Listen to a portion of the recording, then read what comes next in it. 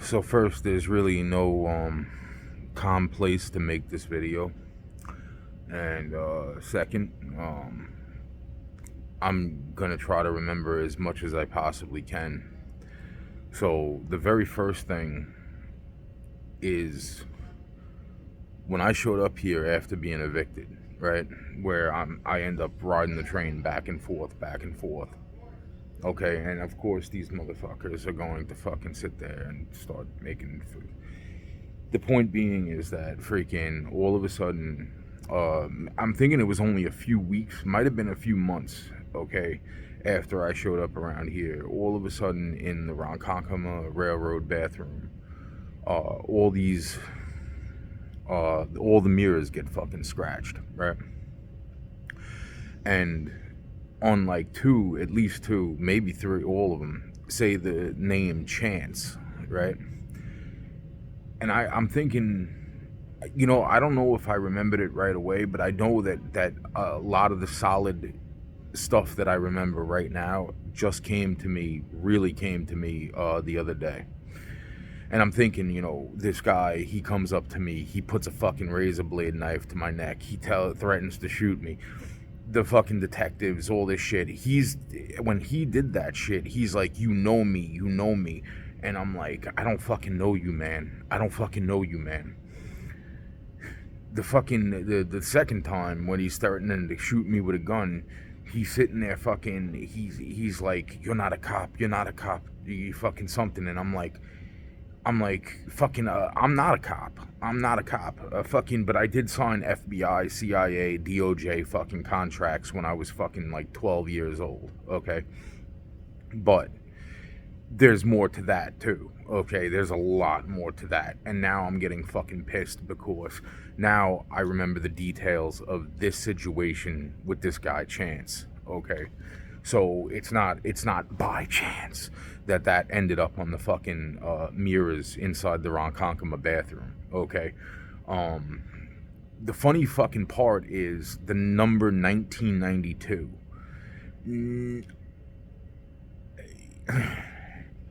other words, if Chance died in 1992, that would make me at the time 12 years old. 11 years old. So that's not even fucking, because I'm pretty sure it was 1992 when I signed those fucking MK Ultra contracts with the FBI, CIA, and DOJ. Okay. My friend at the time, which I call Wolfster now, I can't stop fucking, because in other words, it's like Walter introduced me to Chance. Now, Chance, from what I understood, was like a spiritual leader of sorts, or being looked at as a spiritual leader out in Wyndanch. The bottom line is that fucking right after maybe the second time, I think it was like the first time I only met him for a few minutes. The second time I met him for like a couple hours. And it was after that, maybe a third time. But the bottom line is it was very, very minute each time up until the last time where me and him were talking. The next thing I know, I have police officers telling me that they know about this, and this, and that they need to hear me say it. And I'm saying to my fucking self, like, whatever, man. You know what? The bottom line is that the person, Chance, told me shit that he should not have told me at such a young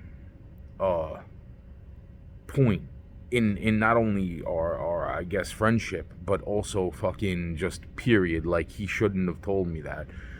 The bottom line is, at the same time, fucking, I'm wondering, how the fuck do the cops know what this guy fucking talked to me about? Okay? Because that's the fucking point. It's like that repeats in multiple fucking stories. That shit repeats itself multiple fucking times. Where, oh, let me tell you this. And it's like, oh, really? Because how the fuck do the cops know what the fuck you talked to me about prior to supposedly me opening up my mouth about it to them, right? When they approached me about the fucking shit. The bottom line is that what happened, from what I remember, and I'm looking for the fucking articles now, from what I remember, the fucking cops were like, oh, we want him.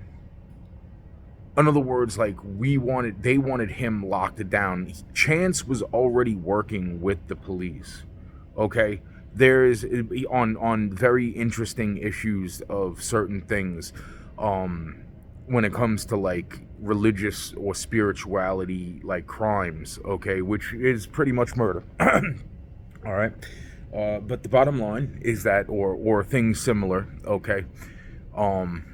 Witchcraft, all right? And that's the fucking point, is that, you know, it's like the fucking cops, they wanted to fucking have him more under control. And that's where it got fucked up, because the bottom line is that they swore to me that they weren't going to fucking hurt him. And yet fucking, instead of getting him arrested, they ended up fucking shooting him dead, okay? So then who gets the fucking blame but me, right? I get the fucking blame. Even though they knew shit before fucking I even fucking said shit. They knew shit. And I'm fucking 12 at the fucking time. Or if the 1992 was correct, that would make me about 12 years old at the fucking time. Plus, I'm meeting fucking people for the first fucking time that I don't really exactly fucking... You know what, man? It's like all of this shit happened right in the fucking very beginning of me meeting or being introduced to, or whatever the fuck the case is. It's like everything falls back on me in the end of this. I am the one that had to be brought out to fucking Wyndanch, okay, to meet this kid's, I think, mother or aunt. I don't remember which. I think it was his aunt, to tell you. It might have been his aunt. And the bottom line is that she's crying. She's fucking mad at me. I'm sitting there apologizing, but I'm apologizing to the fucking degree where I hate this shit. I hate the fact that there's just people fucking always walking around listening to fucking shit that can get me fucking... This is crazy. This is absolutely a fucking crazy situation. And that is more fucking understanding that this has never ever been... This has always been my fucking life. This has always been the fucking case. Because people fucking needed me to fucking try to start... And that's the whole point. I'm done with this bullshit. Alright? The bottom line is that fucking Chance... I ended up, after Chance got shot by the police, I had to go talk to his freaking aunt, or his freaking aunt. You see what I'm saying? I'm not even trying to say it like that. I had to go talk to, I think his aunt is who it was. I don't know what happened to his mom or something. The point is that now she's crying, okay? And I'm sitting there explaining that, you know, this is how this happened. What I just explained now, I'm pretty sure I told her then, okay? The bottom line is that all of a sudden, spiritual, no shit, like this is 100%, like fucking Chance was there, okay? Dressed, physically physical, like standing right next to her. And he's telling me shit. And I'm sitting there saying to myself, like, this is bullshit. You guys are fucking with me, right? She starts to fucking wonder what the fuck's going on for a second, right? Until she realizes I'm speaking to fucking Chance right there in front of her. Chance is telling me stuff, which I at this moment in time do not remember. Specific details of what he told me to tell her, so that she knew that he was standing right there forgiving me for the fact of this. Now, with everything else said and done, I was supposed to honor Chance. And this is something that this is where I say to myself, there is a point where, spirit realm or not, okay, I couldn't even remember my own fucking name, let alone fucking Chance. No offense, Chance, okay? Or Chance's family. There is a point where I was being so fucking poisoned out of my mind, I couldn't even remember my own fucking name, okay? Done. There. Okay, that is explained now. The bottom line is that now that I remember this, and I'm saying to my fucking self what happened and what all this shit leading up to this, like, put two and two, yo, man, all of this is the start of what I told you in other videos, where this leads to a peace treaty or a peace settlement between the fucking gangs, okay? So this is how fucking important this was. Around about the time of 1992, from the article that was pulled up by a friend of mine while I was explaining this to her, is, you know, there was the Rodney King shit that was going on. There was a very specific quote saying that there won't be a fucking day of peace in New York. There were people lining up outside of, I think, City Hall, the article said, blah, blah, blah, all this shit. Around the same time, or shortly after, this is when Chance ended up getting shot dead by the police, who he was working with. Which pisses me off that they used me in a fucking fucked up way. I never got paid for anything, okay? And no offense, but like there were things that I wouldn't even want, and then there was things that, you know what, I did a lot of good fucking things for a lot of fucking people. Honoring some of what Chance would have been fucking doing, okay?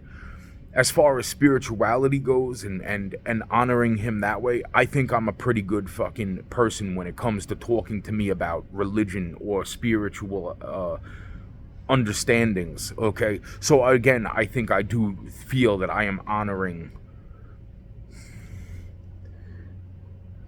And at the same time, I did not remember Chance because at mostly a big portion of a few years back, I wasn't even remembering my own fucking name.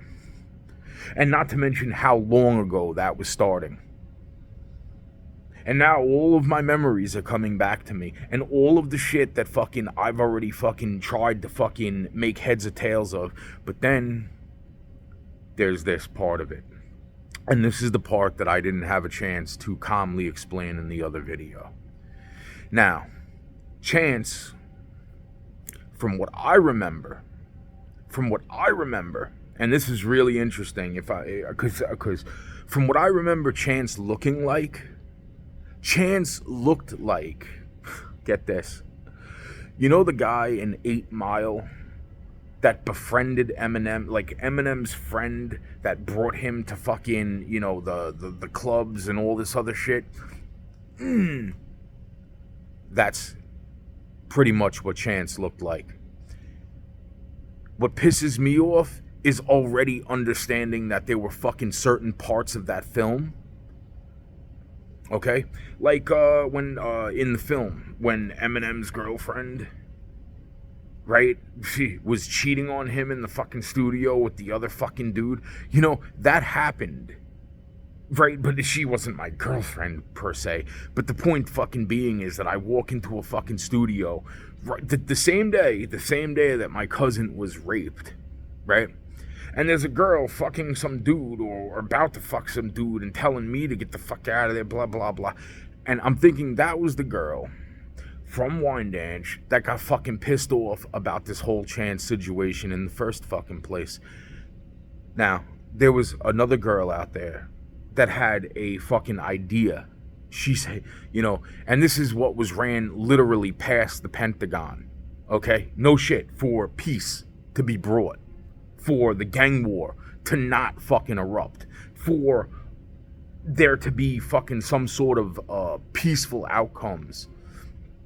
The bottom line is that all of this circulated around those years. Now there's a train coming, okay? So it's gonna get real fucking loud and I'm gonna start cursing left and right because I'm already trying to fucking think as fast as possible and as calmly as possible to fit as much shit into this and details of the understanding that this is what I was talking about that led up to the fucking